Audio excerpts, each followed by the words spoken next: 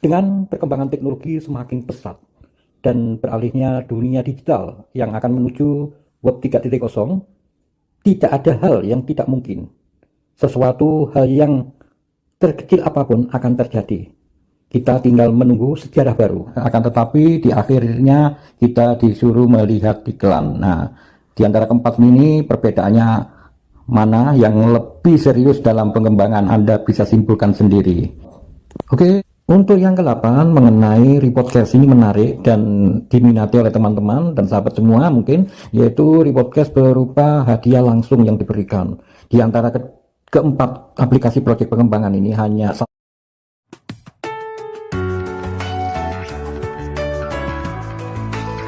Salam jumpa kembali dengan saya Mas Brune dimanapun Anda berada.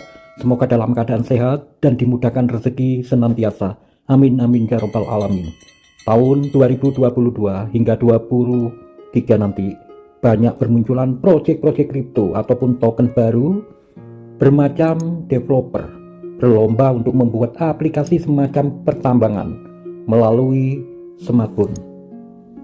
Mengingat market pengguna smartphone kian hari kian pesat secara global. Pertanyaannya, apakah ini real atau tidak? Atau sebuah proyek alih-alih untuk sebuah mencari keuntungan developer semata? Dengan perkembangan teknologi semakin pesat dan beralihnya dunia digital yang akan menuju Web 3.0, tidak ada hal yang tidak mungkin. Sesuatu hal yang terkecil apapun akan terjadi. Kita tinggal menunggu sejarah baru. Disinilah kita sebagai masyarakat awam harus bijak teknologi dan gadget dalam menyikapi perkembangan teknologi.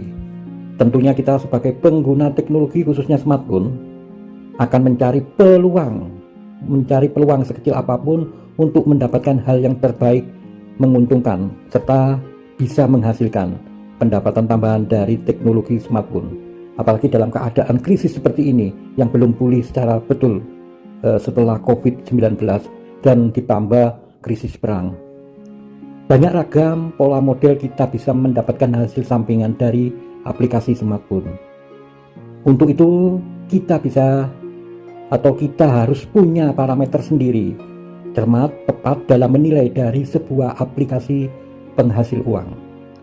Bila perlu, kita melakukan riset analisis pola kerja skema dari sebuah aplikasi tersebut. Dengan cara apa? Tentunya kita harus banyak mencari informasi perbandingan, baik melakukan sendiri atau membaca dari media sosial. Seperti pada tema mengenai maraknya proyek pengembangan kripto dengan menggunakan smartphone, kali ini saya akan memberikan perbandingan dilihat dari kacamata hal yang paling dasar atau paling sederhana dari banyaknya aplikasi baru mining yang menggunakan smartphone. Agar kita bisa mudah untuk memahami, saya akan memberikan perbandingan hal yang paling dasar saja. Inilah perbandingan proyek kripto yang dalam tahap pengembangan, yang lagi viral dan banyak dibicarakan, diantaranya saat ini Pi Network, Satoshi, Catmoon, dan Star Network. Jika kita lihat dalam kolom perbandingan ini, untuk yang pertama kita bahas mengenai tanggal awal dimulainya mining atau terbitnya menggunakan smartphone untuk penambangan. Untuk Pi Network dan Satoshi hampir bersamaan pada akhir tahun bulan Desember 2020. Untuk Catmoon November 2021 dan Star Network sendiri dimulai Agustus 2021. Dari sini bisa kita simpulkan antara Pi dan Satoshi bersamaan start, akan tetapi Satoshi melalui jalur APK atau aplikasi bukan Play Store resminya. Untuk aplikasi resminya baru masuk Play Store pada bulan Februari 2022. Oke, untuk yang kedua perbandingan dari segi jumlah pengguna, kita bisa lihat respon masyarakat dunia menyikapi beberapa aplikasi ini. Untuk Pi Network sendiri jumlah download sekitar 50 juta, sedangkan Satoshi jumlah download 1 juta lebih. Akan tetapi ini dilihat dari Play Store untuk 1 juta lebih. Jika diakumulasikan dengan APK mungkin sekitar 36 juta pengguna. Sedangkan Catmoon sendiri 500.000 pengguna dan Star Network 2,4 juta pengguna. Mungkin antara Chatmoon dan Satoshi ini tidak sebanding, yang jadi kita pembahasan antara perbandingan P-Network dan Satoshi. Oke. Untuk perbandingan yang ketiga mengenai pengembangan wallet atau dompet. Untuk P-Network memiliki wallet sendiri didukung blockchain kekuatan atau buatan sendiri. Sedangkan BTS Satoshi wallet menggunakan pihak ketiga, diantaranya pengguna kebanyakan memakai MetaMask. Sedangkan teknologinya blockchain memanfaatkan blockchain Bitcoin dengan kompatibilitas Ethereum dan TPS tinggi. Sedangkan Chatmoon untuk dompet ada tersedia di aplikasi, untuk sistem blockchainnya belum diketahui. Begitu juga Star Network untuk dompet tersedia di aplikasi, sedangkan teknologi blockchain belum ada keterangan. Oke. Untuk yang berikutnya, yang keempat, masalah iklan. Di sini kita bisa lihat nantinya apakah aplikasi ini serius dalam pengembangan proyek atau hanya alih-alih mendapatkan keuntungan sendiri. Pertama kita bahas mengenai P-Network. Untuk P-Network sendiri memang ada iklannya, akan tetapi di sana diterapkan setting on off. Jadi ada pengaturan, Anda bisa menerima iklan dan juga bisa tidak menerima, tinggal setting off kan saja. Akan tetapi jika kita melakukan on, iklan pun tersebut hanya satu kali saat kita menekan petir, itu dalam tempo waktu 24 jam sekali saja. Oke, untuk Satoshi sendiri 100% no iklan, tidak ada iklan sama sekali. Dia perputaran 24 jam kontinu, tidak ada iklan sama sekali. Terus untuk Chatmoon, ini Chatmoon ini kebanyakan misi-misinya juga berisi iklan. Setelah kita melakukan tombol misi, selalu diakhiri dengan iklan. Banyaklah iklan di Chatmoon ini untuk melakukan misi tingkat level. Untuk mencapai tingkat level, dia untuk mendapatkan target 1, 2, 3, 4, 5, kita harus merekam misi, dan misi tersebut diakhiri dengan iklan. Sedangkan Star Network ini juga, Star Network ini juga ada dua sistem cara dia untuk meraih poin tambahan. Selain menambang, kita juga bisa menekan iklan untuk mendapatkan withdraw tambahan poin, itu diakhiri dengan iklan. Dan juga memperoleh undian KYC. KYC di sini dilakukan dengan cara pengundian, mendapatkan bola, akan tetapi di akhirnya kita disuruh melihat iklan. Nah, di antara keempat ini perbedaannya mana yang lebih serius dalam pengembangan, Anda bisa simpulkan sendiri. Oke, untuk yang berikutnya soal KYC. Seperti kita ketahui, P-Network sedang melakukan proses KYC saat ini dengan sistem random, yaitu invite undangan dengan memberikan pop-up. Jadi ketika kita menerima pop-up, itu berkesempatan untuk KYC. Untuk Satoshi sendiri belum melakukan, akan tetapi untuk KYC pertama, ketika saat kita mendaftar sudah langsung diinstruksikan, diarahkan ke KYC.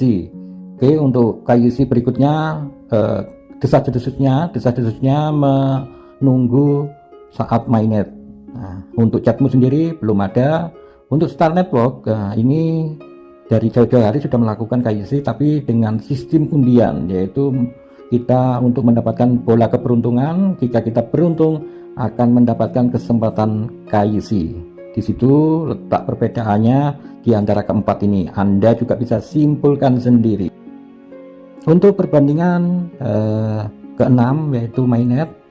Untuk P-Network saat ini mainnet tertutup, Satoshi masih belum, Chatmoon juga belum, Star Network juga belum. Oke, untuk perbandingan yang ketujuh mengenai mining node. Untuk P-Network ada untuk penambangan melalui desktop atau laptop atau komputer.